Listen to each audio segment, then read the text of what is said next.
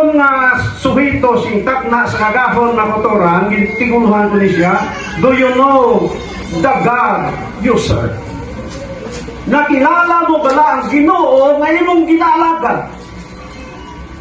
Ang kabangdanan kung naa nga madamo ang makatawhan sa iglesia, hindi makapadayon sa pag-alagad tungod kay wala nila makilala ang Dios nga kay naalagad sing gusto mapakilala. Ang pamangkot sing takna sa gahon, ano ang imong pagkilala sa Dios?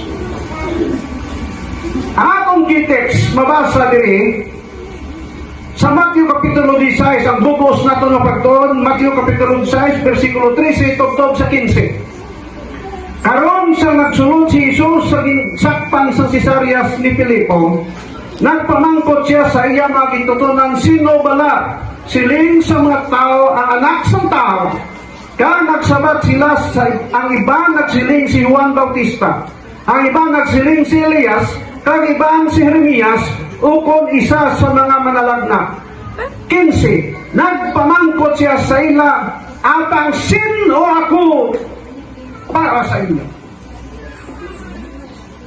Una na pamangkot sa Ginoo sa iya magitutunan, sino ako suno sa mga tao? Nagpakilala mga utod nga ang pagkilala sa katawhan sa kalibutan kay Jesus, iba ang pagkilala sa iya mga katawhan man.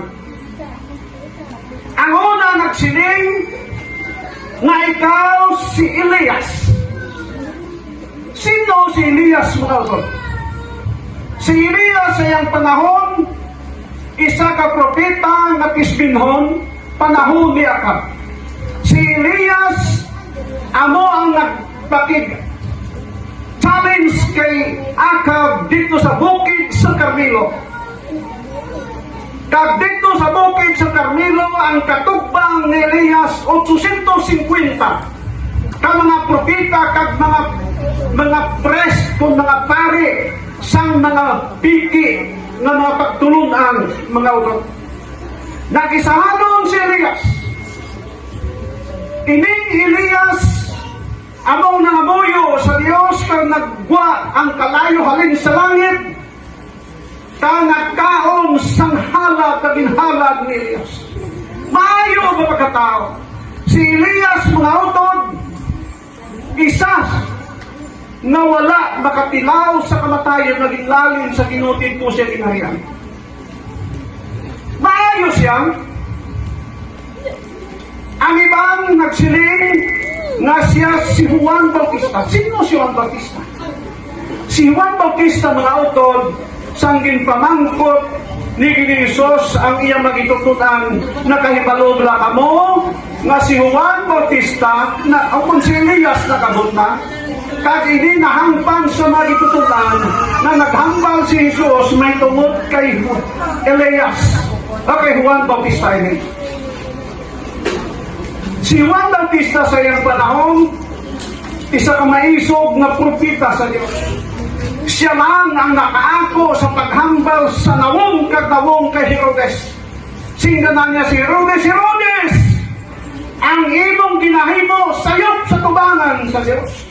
Kaya kinkuha ni Herodes si Herodias na asawa ni Felipe na iutot. Maayo si Juan Bautista.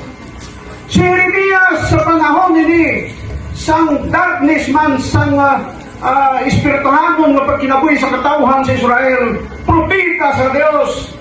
Ining tatlo ka mga tao na utod, mabasa nato sa Biblia nga mga bagaitan nga mga katawhan sa Dios.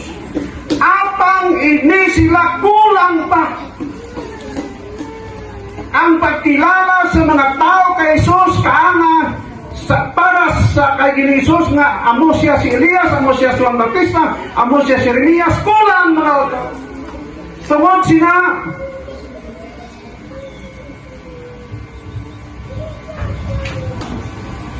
si Jesus namangkot sa ila sa versikulo 15.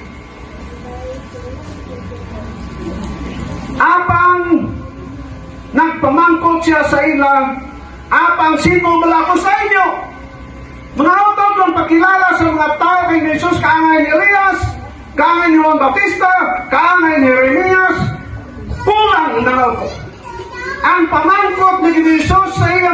lamang kung sila nakilala sa akon nga amo sina, para sa inyo, sino ako? Mga sililing ni Jesus. Sino ako para sa inyo? Bakit sindagon mga utod ang pagkilala sa mga tao, lahi sa pagkilala sa katauhan sa Diyos sa kay Jesus. Ang pagkilala sa katauhan sa Ginoo kay Jesus, bugat ikumparar sa pagkilala sa mga tao. Sa versikulo 16, ang katauhan o kung ang gitutunan sa Jesus, specifically, si Pedro. Siling ni Pedro sa versikulo 16, si Simon Pedro nagsabat, ikaw ang Kristo, ang anak sa Diyos nga buhi. Kaya na siling sa walang kasulatan ang makatauhan na kilala kay Jesus, subong si Elias, subong si Juan Bautista, subong si Jeremias, apang yari karon si Pedro. Sanggin pamangkot sa Ginoo sa akon o kung sa inyo, sinto ako. Si Pedro ya maaktik magsabat sa Ginoo, ikaw ang Kristo.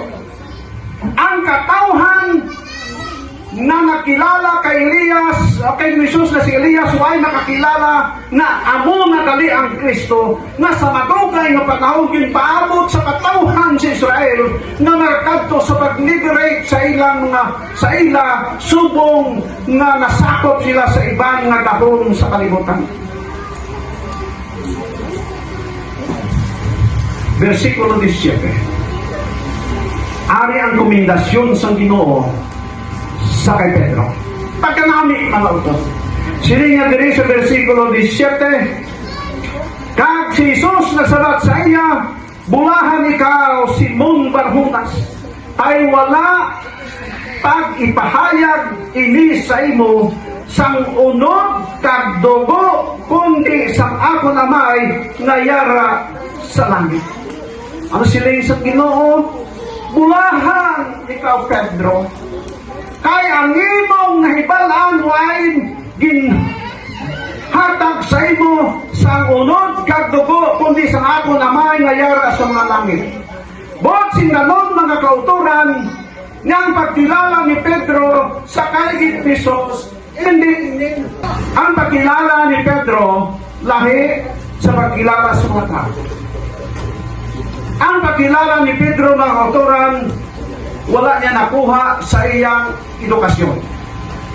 Busin ganon, makilala nato ng Ginoo hindi tungod kay kita nakahimo o kung naka-eskwela sa theological school, tungod kay kita nakatapos sa aton mga kurso, apang hindi amo sina mga kauturan. Nakilala ni Pedro si Jesus tungod kay inigin pahayag niya sa Amay dito sa iya. Siling pa, to know the Lord is a personal experience. Ano ko no? Personal ni mo experience. Si Pedro nakigupod kay Jesus, kagiya na sinati ising maayo, iyang na-experiensyahan si Jesus, niya na-experiensyahan ang kaayo, iyang na-experiensyahan ang gugma sa Diyos para sa iya sa dira na siya nahimo nga nahulog sa pagkamaduha-duhaon siya kinabuhi mga kauturan. Nakilanaan niya si Justo si Jesus. Ang mga tao nagsiling mailang sa ilang pagkilala na si Jesus amo si Elias, amo si Juan Bautista, amo si Jeremias. Maayo atang kulang. Kay Pedro, iyang ibaluan nga nakilan-an niya si Jesus subong isa kas Mesiyas manluluwas sa kalibutan, isa kanhigugmaon kag maluluyon nga Dios. Personal experience ang pinaka-importante mga ito na makilan-an nato ng Ginoo. Hindi tungkol kinatapos na ito 28 katiba, kilala ta Ginoo. No! Makilala nato ng Ginoo through our personal experience kaupod sa Ginoo samtang kita nakikupod sa iya personally mga utod. kaangay ni Jonas. Kabalo ko mo sa eksperyensya ni Jonas mo to. Siling niya sa Kapitulo 4, versikulo 2 ang Jonas. Kaya nakibalo ako na ikaw, Diyos na may nangayuhon, kag maluloy. Nahambal ni Jonas sa panahon na niluwas sa Ginoo. Pero ano ang iyang background sini? Si Jonas naging subo sa Diyos na magkadto dito sa Ninibe. Siya, Jonas, kadto sa Ninibe. Walihi ini mga tao. Mga tao nga swerte ka mga barbaric na klase sa mga tao. Pagkabati ni Jonas sa iyang misyon, mga utod, dali-dali siya nga nagpalagyos Ginoo. Imbis magkadto sa Ninibe, nagkadto siya dito sa Tarsis, unta. Pero na sa kabot sa Tarsis. Kundi din lang siya kutog, dito lang sa tuna sa dagat si Jonas. Why makapalagyo si Jonas, mga utod? Siling pa ni Presidente George W. Bush sa kay Bin Laden, you can run, but you cannot hide. Nakapalagyo ka, pero hindi ka makapalagyo. Nakapalagyo ikaw, nakapalagyo ako sa tubangan sa Ginoo, apat hindi ka makapalagyo. Siling sa mga kasulatan, Jonas, balik sa Ninibe. Kita nito, tulong siya sa istak. Ano itong istak nagtulong kay Jonas? Why to bilis kalibutan? Espesyal na gitugas ang Ginoo ang istak. Espesyal sa sinalang na panahon, sa katuyuan para to kay Jonas, mga utod. Tungod kay ang Diyos na higugma kay Jonas. Tungod kay ang Diyos na higugma sa katawhan sa Ninibe, bisan pa sila mga makasalang tao. Kung napag-abot sa Ninibe, atin yung mga emosyon, tas wali sa dito. Pag wali dito kay siling Jonas yung wali 40 days from now, laglagon sa Ginoong duta sa Ninibe, ginlaglag? Wala. Tungod kay katawhan sa Ginoo, katawhan sa Ninibe, naghinulsol sa ila mga sala. Tapos sina si Jonas nagsiling sa Ginoo, kay man amugid na mo. Amugid na yan. Na hindi ko magkadto dito tungod kay ako nakahibalo. Na kung pananglitan magwali ko dito. Kag mabatian siyang taga Ninibe. Kag magahinulsol sa ila mga sala. Ikaw magapastaylo sa ila. Amoy na mga utod ang Diyos na ginalagad ni Jonas. Amoy na ang Diyos na ginalagad ni Pedro. Amoy na ang Diyos na itong ginalagad. Bisan ano ikaw, sino ikaw, bisan din ikaw. Kung lamang ang isa katao maginulsol, ang Diyos magapasaylo sa iyo. Ang pamangkot sintak na sa kagahon. Kung nakilala niyo ang Diyos sa hustong pagkilala, wala ikaw sing kayunan na nagluyas paglagay. Wala sing kayunan na maguntat ka sa pagsimba sa adlawin at luway. Wala sing kayunan na ikaw magsundod sa iglesia. Wala sing kayunan na hindi ka magtabang sa iglesia. Wala sing kayunan na magabiya sa iglesia. Tungod kay nakilala nimo ang Diyos na imo ginalagad. Ang pinaka-problema kung waay di mo makilan inisin sakto. Gamay diferensya, may binais-bais sa iglesia. Pagkasunod ba daw, hindi magsimba. Babae sa mag-asawa, sunggot sa bana, ang maumid Ginoo. Ang kontrabana, ang kontra-asawa, pero maumid ang Ginoo kay hindi na magsimba. Nga tungod kay wala makakilala si husto na pagkakilala sa Diyos mga kautuhan. Si Job siya experience kapag lumanta sa istorya ni Job, pero nato ni nabalik-balik, pero namin lang balik-balikon. Mabasa nato sa sublang kasulatan na si Job ay kahibalo na ang yawa kang Ginoo ng istoryahan ay galing sila. Si Job among topiko silang istorya. Why si Job kahibalo nga dali gusto sang yawa nga siya biyas pagalagad sa Ginoo. Aton mabasa ka aton hibalaan ng istorya gaging kuha sa Ginoo ang proteksyon sina nga panahon temporarily sa kayo. Nadula ang iyang panimalay, nakuha ang iyang pagkabutang, Nagbalatian si Job sang balatian nga masiling naton nga daw hindi nimo maintindihan. Ang mga medical practitioner sa sadtong panahon ay makahamog kung anong klase sa balatian. Siguro masiling naton ang laboratorio ni Job, ang laboratorio para kay Job negatibo man nga nagsakit sa kaamay sila, tungod kay ang yawag gusto nga magabiya si Job. Sa versikulo 21 siling panihog, hubo ako nga nagwa sa tiyan sa akong Eloy, kag magabalik ako mahubo. Ang manggag nga naangko ni Job, ang pamilya nga naangko ni Job, ang kahayahay nga naangko ni Job, wala ini makabalabag sang panahon naging kuha sa iya nga siya magauntat sa pagalagan. Para kay Job, hining tanan way si kapuslanan kung ang Diyos nang wala. Tingali o kung siguro mga utod kung kita sa sitwasyon o magkasiling kita, may Diyos kinayhan. Diin ang Diyos sa panahon naging kuha nga akong mga kabataan, napulo kabilog na mga bata. Diin ang Diyos sa kuha nga akong mga pagkabutang, mga bata, kag ibang pa nga mga pagkabutang ni Job. Diin ang Diyos sa sining panahon. Pero para kay Job, why nag-question ng Ginoo sang binuang na palamangkutanon sa Ginoo. Para kay Job, siling paniya, hubo ako nagwa sa tiyan sa akong Eloy, tag hubo ako magabalik sa Ginoo. Dalaw ng halan sa Ginoo. Praise God, siling pani Job. Na tungod kay si Job nakakilala sa iyang Diyos na ginalagan. Ano man ang matabo sa iya sa nga panahon, si Job na kay balo na ang Diyos magatipig hapon sa iya. Kung puhaw ng ugaling ang iyang kinabuhi, si Job na kay balo kami pagkabanhaw sa tihak sa pangatayon. Pagkalami nga pagkilala, ang pamangkot mga utosintak na sa kagahon, ano ang imong pagkilala sa iyo? Nakilala mo pala siya? Sinsakto? Kahibalo ka ba nga ang Ginoo nagatanaw sa matag isa sa ako?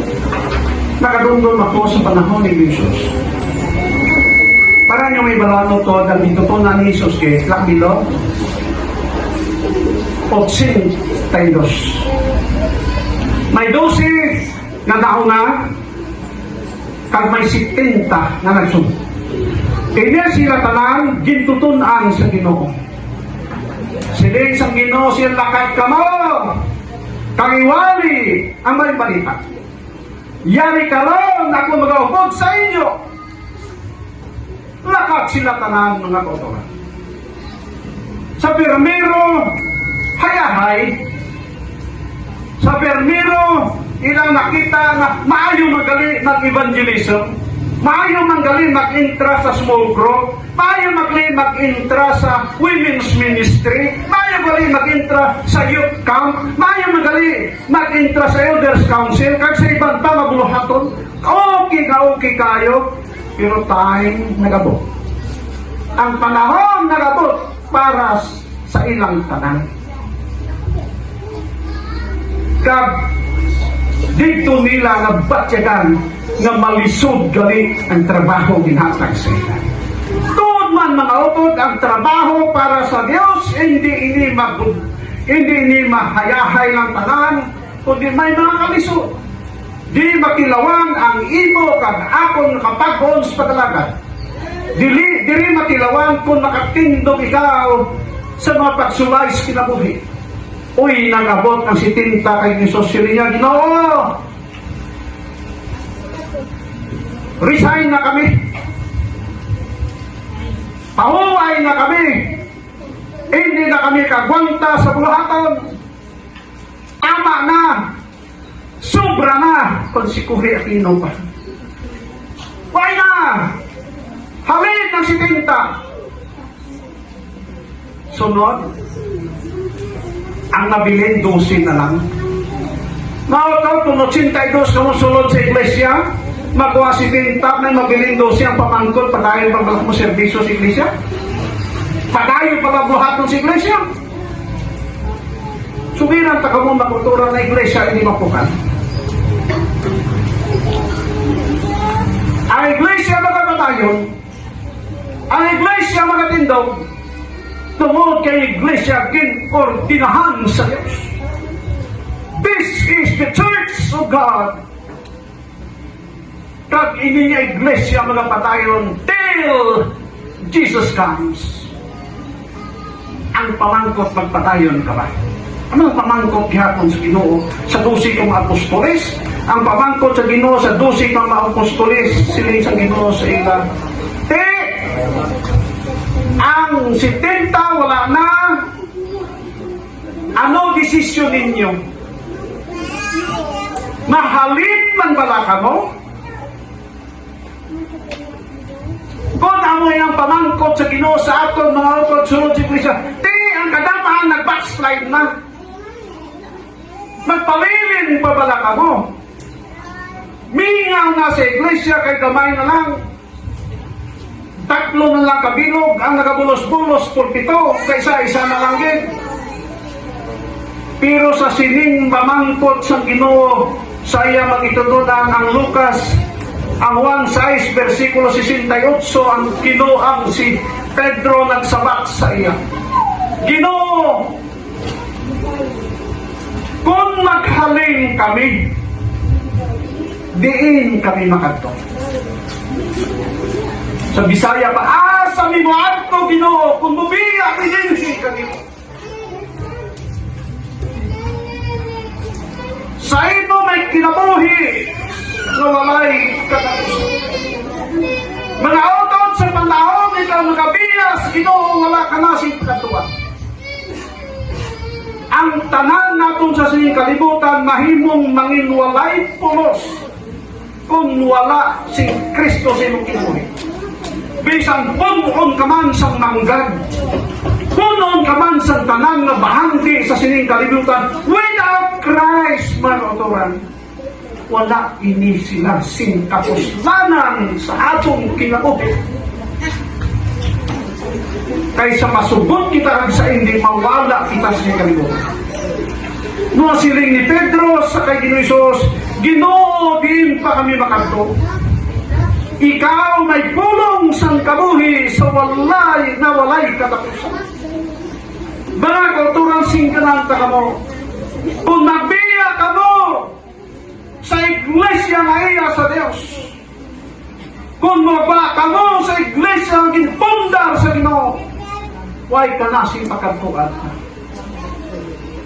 This is the true church ordained by God. Magkadto ka sa ba? Why to sila sa kamaturan? May natanaw ko sa YouTube mga utod sa Tagalog. Primero iglesia sa ni Cristo. Pero nang inaway man si iglesia ni Cristo tungod sa panganugliyo nila sa ilang simbahan, ang mga manalo kadungdong kamo sila. Ang naging nakusahay sila. Nagbiya siya. Nabalhin siya sa Roman Catholic. Sa Roman Catholic ay bright ng tao. Naimo siyang national debater sa Roman Catholic Church. Nag-study siya sing maayo. Kagayang istudyuhan mga utod. Amo ang libro ni Mrs. White kag ang fundamental beliefs of the Seventh-day Adventist Church. Ako ni counter sa panahon sa debates mga Adventista. Tunan na sing pila ka mga bulan. Pero imbes na tunan niya na ako ni counter sa aton, dito niya na-discoveryhan ang kamaturan. Dito niya nakita ng iya gali ginatindugan hindi ano.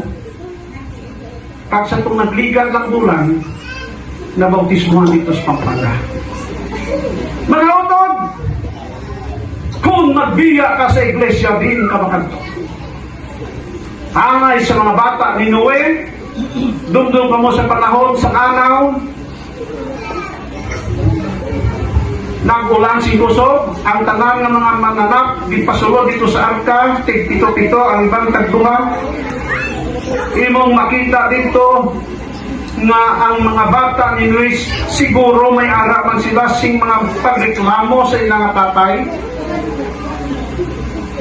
Ay man, namak mo tiyo, pilas lakadlaw dito sila kadungdong. 150 days sila dito sunod sa arka. Wala sing neutralizer dito sa arka nga makapakalma sa baho sa tayo. Tinalang tayo sa kurinterti ginakabaho. Ihi sa kurinterti ginakabaho. 30 kagahod ang mga sapat.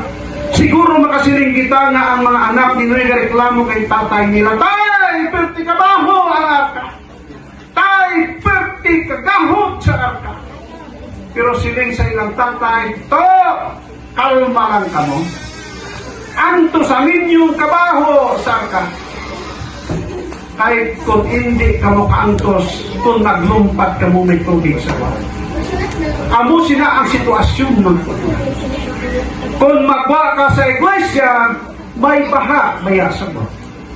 Siguro ang ibang nakasiling, hindi na kung nagwanta sa kabaho sa iglesia. Damo si mga chismoso sa iglesia. Damo si nahimantayon sa iglesia. Damo si mga diferensya sa iglesia. Apang mga utod, sugiran ko kamo. Nabisan pa amo sina ang sitwasyon sa iglesia, ang iglesia magapadayon. Ang Ginoo magabalik, kagkuhaon niya yung makatawan ng matinumanon sa sunod sa iglesia. Remember, ang mga matinumanon na sa iglesia. Si Shadrach, si Meshach, si Abednego, nakatundog mo istorya mo. Sa dira nga si Nabucodonosor naghimo sa isa kadako nga estatwa. In contradiction adto sa nakita niya sa iyang damgo nga ang ulo bulawan sunod ng lain-lain nga mitala nagasunod dira. Dayon siling sang propeta nga Daniel, dinya hari ikaw ang ulo sa bilog kalibutan. Pero mag-abot panahon na ilisa ka. Tungod siling Nabucodonosor hindi niya may mo. Kinangan magpabilin ako sa walay katapusan na hari sa kalibutan. So nagkahimong siya sa kadako na estatwa nga ang iyang material isa lang, amo ang bulawan. Kag siling pa sa istorya nahimo perti kadako. Kag siling niya sa mga tao kinanglan magsimba kamo sa siya ako nahimo. Kag ang hindi magsimba iga tagbong sa purnong kalay. Ang Biblia nagasugid sa aton natuod manggid patawag ng Nabucodonosor ang tanan ng mga opisyalis sa iyang ginharian. Abil si Shadrach, si Meshach, kasi Abednego tungod kay taas matso sila rangko sa ginharian ng Nabucodonosor. Dito sila tanan. Ang instruction ni Nabucodonosor pinaagi siyang spokesperson. Ang bisan sino sa inyo mga makabati sang tunog sang tanan nga mga musical instrument nga pagapatungkol maghaba sa magsimba sa Dios na bulaman. Yari si Shadrach, si Meshach, ang si Abednego. Halin sila dito sa Israel, dito sa Huda. Ining mga batanon, mga utod na kaintindi kag nakakilala sa matuod na Dios na ilang inalakan. Sa tira na ara sila dito sa kabihagan sa Babylonia. Ang records Biblia wala si kasing mabasa, naging baso nilang Ginoo nga nabihag sila despite sa kamaturan na sila ang chosen people of God. Why sila nilang baso? Tungod kay nakahangop sila sang rason ka nakilala nilang Ginoo ilang ilalagan. Na nabihag sila tungod sa ilang pagkamalilakason. Ara sa dito sa pundok sa mga opisyalis. Kag ginpatunog ang mga trumpeta, kag ibang pa mga musical instrument ara dito. Kag ang tanan ng mga tao, hata mga tao, daw naagyan sa tsunami ang mga tao. Daw dilupyo ang nagagi. Hata tanan.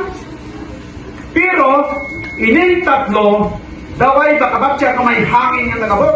Nagatindog lang ihapon ng tatlo ka mga tao sa Diyos. Mga utod, sa kadamo sa mga tao sa santong panahon, pero may tatlo kabilog na tao sa Diyos mga tao sa Dios utod hindi kita majority. Nabilong kita sa minority block sa nakatawhan. Apang dumdumo nato nga bisan gamay kinahanglan ka magatindog sa kamaturan. Kaya ang kamaturan ay nagadepende sa kadamuon sa tao, kundi nagadepende ni sa imong pagkasinsiro sa pagkalagan sa Ginoo. Wala din sila yung makapa. Bisan patuod na mandoto sa hari. Ito patawag sila sing hari. Pagpatawag sa hari, gawin mo makapa kamang tatlo. Sayang gasto ko sa inyo. Ginpa-eskwila pa kamo, libre. Pagkaon, pang. Libre, why ka mo makapa? Why ka mo respeto sa akon? Hala, sige. Hatagan ta kamo sing tsansa. Patunggol liwat. Para lang sa inyo ni, espesyal para sa inyo. Kung mabatian ninyong tingog, hapa ka mo. Kaya kung hindi ka mo maghapa, patyon ka mo.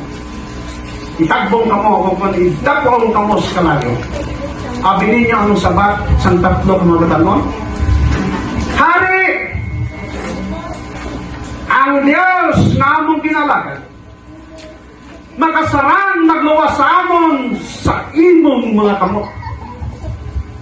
Amoy na kagamhanan ng among Diyos na kinalagan. Apang siling sang tatlo, kung pananglitan itugot sa Diyos, nga kami mapatay sa sining panahon, dumdumahari, hindi gihapon kami magsimba sa iyong Diyos. What a commitment sing tatlo kamalan. Kung itugot nga kami mamatay, hindi gihapon kami magsimba sa iyong Diyos. Nga tungod kay ang tatlo kamatanon nakakilala sing matuod gid sa ilang Diyos kaya ginalagan. Ang pamangkot sing tatlo na suto. Mautod nakilala ba nato na atong Diyos? Kay balubatan nga ang aton Diyos why nagapabaya sa aton bisan pa sa aton panlantok siya ginpabayaan ta tungod kay nagtigado ta ginpabayaan ta kaya mo sina mga utod ang Ginoo wala kaya kunahuna lang nato na tungod kay nawagaan kita si Pagpo kaya pamangkot siya naton si Ginoo. Ginoo kung nga ang ako naarata na nagmasakit ako na ako naara ka Ginoo nga ang nawaya ko kapasar sa word exam. Kung naara ka Ginoo na nawaya ko makapasar sa interview pagbuas kalimutan si mga nason. Mga kauturan, ina nga pala ng kutanon sa isa katawa sa Diyos, isa ina kapag pakita sa aton walay pagsalig sa Ginoo. Kay man sila San Pablo, all things work together for good to them that love God. Ano man natabo sa aton kinabuhi, ano man yung sitwasyon na aton maagihan, still God loves us. Ang Diyos na higugma sa aton. Si Juan Revelador manotod sa book na 1 versikulo 9-17 sa sining sitwasyon ara sa dito sa pulo sa Patmos. Dumduba ang pulo sa Patmos, raki na siya. Kung sa aton pa karon dira ang iyang penal colony. Ang mga tao kamatuhan na siya. Ang mga tao na trabaho dito, sulhan si gamay, makasema gobyerno.